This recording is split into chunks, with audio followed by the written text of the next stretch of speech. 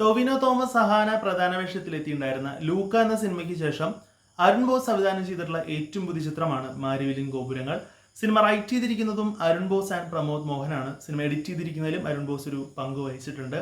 സിനിമയിലെ പ്രധാന വേഷങ്ങൾ കൈകാര്യം ചെയ്തിരിക്കുന്നത് ഇന്ദ്രജിത് സുകുമാരൻ, ശ്രുതി രാമചന്ദ്രൻ, സർജാനോ ഖാലിദ്, വിൻസി അലൂഷ്യസ്, ബിന്ദു പണിക്കർ, ജോണി ആന്റണി, സായ് കുമാർ, വസിഷ്ഠ്, സലിം കുമാർ തുടങ്ങിയവരൊക്കെയാണ്.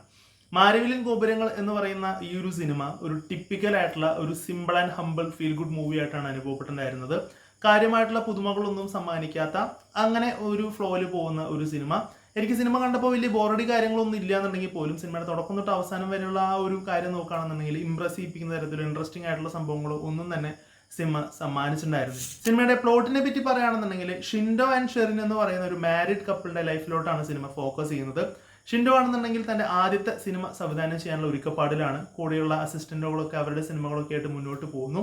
തന്റെ സിനിമ അങ്ങോട്ട് സംവിധാനം ചെയ്യുന്ന പ്രോസസ്സിലോട്ട് എത്താൻ പറ്റുന്നില്ല. പലരോടൊക്കെ ആയിട്ട് കഥകൾ പറഞ്ഞങ്ങനെ മുന്നോട്ട് പോകുന്നു. അതോടൊപ്പം തന്നെ TV-യിൽ ഒരു കുട്ടികളുടെ പരമ്പരയിൽ ഡബ് ചെയ്യുകയും അതിന്റെ സ്ക്രിപ്റ്റ് വർക്കും കാര്യങ്ങളൊക്കെ ആയിട്ട് പോകുന്നു. വൈഫ് ഷെറിനാണെന്നുണ്ടെങ്കിൽ തന്റെ സ്വന്തമായിട്ടുള്ള ബിസിനസ് കാര്യങ്ങളെ മെച്ചപ്പെടുത്താനായിട്ടുള്ള ശ്രമം, അങ്ങനെ പോകുന്ന ഒരു ജീവിതം വളരെ സന്തോഷമായിട്ടുള്ള രീതിയിലാണ് അവർ പോകുന്നത്. എങ്കിലും ഫൈനാൻഷ്യൽ സ്റ്റെബിലിറ്റി ഇല്ലാത്തതുകൊണ്ട് തന്നെ കുട്ടികളൊന്നും ഇപ്പോൾ വേണ്ട എന്നുള്ള രീതിയിലാണ് അവരുടെ ജീവിതം മുന്നോട്ട് പോകുന്നത്. അങ്ങനെ ഇരിക്കെ ഇവരുടെ ജീവിതത്തിലോട്ട് ഷിൻഡോയുടെ അനിയനായിട്ടുള്ള റോണിയും ഗേൾഫ്രണ്ട് ആയിട്ടുള്ള മീനാക്ഷിയും കടന്നു വരുന്നു. മീനാക്ഷി ആണെങ്കിൽ പ്രഗ്നന്റും കൂടിയാണ്. ദെൻ ഇവരുടെ ഈ ഒരു ലൈഫിൽ ഇനി സംഭവിക്കുന്ന കാര്യങ്ങൾ അതിനെ ബേസ് ചെയ്തുകൊണ്ടാണ് സിനിമ മുന്നോട്ട് പോകുന്നത്. സോ സിനിമയുടെ ആ ഒരു ഫ്ലോ നോക്കുകയാണെന്നുണ്ടെങ്കിൽ തുടക്കത്തിൽ സിനിമ ഒരു ട്രാക്കിൽ എത്താൻ കുറച്ച് സ്ട്രഗിൾ ചെയ്ത പോലെയായിരുന്നു അനുഭവപ്പെട്ടിട്ടുണ്ടായിരുന്നത്. പക്ഷെ പിന്നീട് സിനിമ അങ്ങോട്ട് ആ ഒരു ട്രാക്കിലോട്ടായി പോകുന്നുണ്ട്. ഈ ഒരു പ്ലോട്ട് കേൾക്കുമ്പോൾ തന്നെ ഒരുപാട് പ്രെഡിക്റ്റബിലിറ്റി ഫാക്ടേഴ്സ് ഒക്കെ നമ്മുടെ മനസ്സിലുണ്ടായിരിക്കാം. ചില കാര്യങ്ങളൊക്കെ ഇങ്ങനെയല്ല, ഇത് വളരെ സിമ്പിൾ ആയിട്ടാണ് സിനിമ പോകുന്നത് എന്നുള്ള രീതിയിൽ കാണിച്ചിരുന്നുണ്ട്. സിനിമയുടെ ഒരു ഫസ്റ്റ് ഹാഫ് അല്ലെങ്കിൽ ഫസ്റ്റ് ഹാഫ് കഴിഞ്ഞ് സിനിമ പോകുമ്പോൾ ക്ലൈമാക്സ് എങ്ങനെയായിരിക്കും, എന്തൊക്കെ ആരൊക്കെ എപ്പോഴൊക്കെ വരാം എന്നുള്ളത് വ്യക്തമായിട്ടുള്ള രീതിയിൽ ഒരു ക്ലിയർ പിക്ചർ പ്രേക്ഷകന് തരുന്ന രീതിയിലാണ് സിനിമ കൊണ്ട് അവസാനിപ്പിക്കുന്നത്. അതുകൊണ്ട് തന്നെ നേരത്തെ ഞാൻ പറഞ്ഞ പോലെ തന്നെ സിനിമയുടെ തുടക്കം തൊട്ട് അവസാനം വരെ നോക്കുകയാണെന്നുണ്ടെങ്കിൽ കാര്യമായിട്ടുള്ള ഇംപ്രസീവ് ആയിട്ടുള്ളതോ അല്ലെങ്കിൽ ഇൻട്രസ്റ്റിംഗ് ആയിട്ടുള്ള സംഭവങ്ങളൊന്നും ഇല്ല എന്നുള്ളത് തന്നെയാണ് സിനിമയുടെ ഒരു വലിയൊരു പോരായ്മയായിട്ട് തോന്നിയിട്ടുണ്ടായിരുന്നത്. പെർഫോമൻസ് സൈഡ് നോക്കുകയാണെന്നുണ്ടെങ്കിൽ എല്ലാവരും അവരുടെ വേഷങ്ങൾ ഭംഗിയായിട്ട് തന്നെ ചെയ്തിട്ടുണ്ടായിരുന്നു. എടുത്തു പറയത്തക്ക രീതിയിലുള്ള പെർഫോമൻസ് തോന്നിയിട്ടുണ്ടായിരുന്നത് വിൻസി അലോഷ്യസിന്റെ പ്രകടനം മാത്രമായിരുന്നു.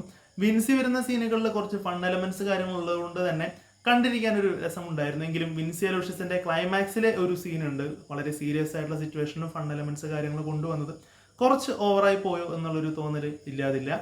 മറ്റെല്ലാവരും അവരുടെ വേഷങ്ങൾ ഭംഗിയായിട്ട് തന്നെ ചെയ്തിട്ടുണ്ടായിരുന്നുള്ള രീതിയിലാണ് അനുഭവപ്പെട്ടിട്ടുണ്ടായിരുന്നത്. ടെക്നിക്കൽ സൈഡിനെ പറ്റി പറയുകയാണെന്നുണ്ടെങ്കിൽ എഡിറ്റിംഗ്, സിനിമോഗ്രാഫി, കളർ ഗ്രേഡിംഗ് തുടങ്ങിയിട്ടുള്ള എല്ലാവിധ മേഖലകളിലും ഇതിൽ സിനിമയിൽ കൊടുത്തിരിക്കുന്ന ഒരു TV പരമ്പരയിലെ VFX കാര്യങ്ങളൊക്കെ വളരെ ഭംഗിയായിട്ട് തന്നെ ചെയ്തിട്ടുണ്ടായിരുന്നു. ആ ഒരു TV പരമ്പരയ്ക്ക് വേണ്ടി വരുന്ന സ്റ്റാൻഡേർഡ് ആയിട്ടുള്ള VFX കാര്യങ്ങൾ, അതിൻ്റെ സംഭവങ്ങൾ കാര്യങ്ങളൊക്കെ ഉള്ളായിരുന്നതിൽ വസിഷ്ഠന്റെ പ്രകടനവും നല്ല രീതിയിൽ തന്നെയായിരുന്നു അനുഭവപ്പെട്ടിട്ടുണ്ടായിരുന്നത്. പിന്നെ ഈ സിനിമയിൽ മ്യൂസിക് കൈകാര്യം ചെയ്തിരിക്കുന്നത് വിദ്യാസാഗറാണ്. സിനിമയുടെ തുടക്കത്തിലുള്ള ഒരു ഗാനം എന്തോ ഒരു സുഖലായ്മ തോന്നിയിരുന്നു എനിക്ക്. അതിൻ്റെ എസ്പെഷ്യലി അതിൻ്റെ വരികൾ അത്ര അങ്ങോട്ട് ഓക്കെ ആയിട്ട് തോന്നിയിട്ടുണ്ടായിരുന്നില്ല. പിന്നെ തുടർന്ന് അങ്ങോട്ടുണ്ടാകുന്ന ഗാനങ്ങൾ കാര്യങ്ങളെല്ലാം കൊള്ളാവുന്നുള്ള രീതിയിൽ തന്നെയായിരുന്നു തോന്നിയിട്ടുണ്ടായിരുന്നത്. കേൾക്കാനൊരു രസമൊക്കെ തോന്നിയിട്ടുണ്ട്. അങ്ങനെ ആകെ മൊത്തത്തിൽ പറയുകയാണെന്നുണ്ടെങ്കിൽ ഒരു സിമ്പിൾ ആയിട്ടുള്ള ഒരു ഫീൽ ഗുഡ് മൂവി മാത്രമായിട്ടാണ് മാരിവില്ലിൻ ഗോപുരങ്ങൾ എന്ന് പറയുന്ന ഒരു സിനിമ എനിക്ക് തോന്നിയിട്ടുണ്ടായിരുന്നത്. കാര്യമായിട്ട് നമ്മളെ കണക്ട് ചെയ്യിപ്പിക്കുകയോ നമ്മളെ ഫീൽ ചെയ്യിപ്പിക്കുകയോ ഒന്നും ചെയ്യാതെ ജസ്റ്റ് ഇങ്ങനെ കണ്ടിരിക്കാം. ഒരു മോശം സിനിമ എന്നുള്ള രീതിയിലോ ഒന്നല്ല ഞാൻ പറയുന്നത്. നമ്മളെ ബോറടിപ്പിക്കാതെ ജസ്റ്റ് ഇങ്ങനെ കണ്ടിരിക്കാവുന്ന, വേണമെങ്കിൽ ഒരു വൺ ടൈം വാച്ചബിൾ മൂവി എന്നുള്ള രീതിയിലാണ് അനുഭവപ്പെട്ടിട്ടുണ്ടായിരുന്നത്. ഈ ഒരു സിനിമ തിയേറ്ററിൽ പോയിട്ട് കാണണമോ എന്നുള്ളൊരു ചോദ്യം ചോദിക്കുകയാണെന്നുണ്ടെങ്കിൽ വേണ്ട എന്നുള്ളത് തന്നെയാണ് എൻ്റെ പേഴ്സണൽ ആയിട്ടുള്ള ഉത്തരം. ഈ ഒരു സിനിമ OTT കണ്ടാലും കുഴപ്പമില്ല. ലൈക്ക് എനിക്കൊരു പേഴ്സണലി ഇതൊരു OTT മൂവി ആയിട്ടാണ് അനുഭവപ്പെട്ടിട്ടുണ്ടായിരുന്നത്. സോ ഈ ഒരു സിനിമ നിങ്ങൾ കണ്ടിട്ടുള്ളവരാണെന്നുണ്ടെങ്കിൽ നിങ്ങളുടെ അഭിപ്രായം എന്താണെന്നുള്ളത് തീർച്ചയായിട്ടും കമൻറ്റ് ബോക്സിൽ രേഖപ്പെടുത്തുക. സോ മറ്റൊരു വീഡിയോയിൽ കാണുമ്പോഴേക്കും ഗുഡ് ബൈ.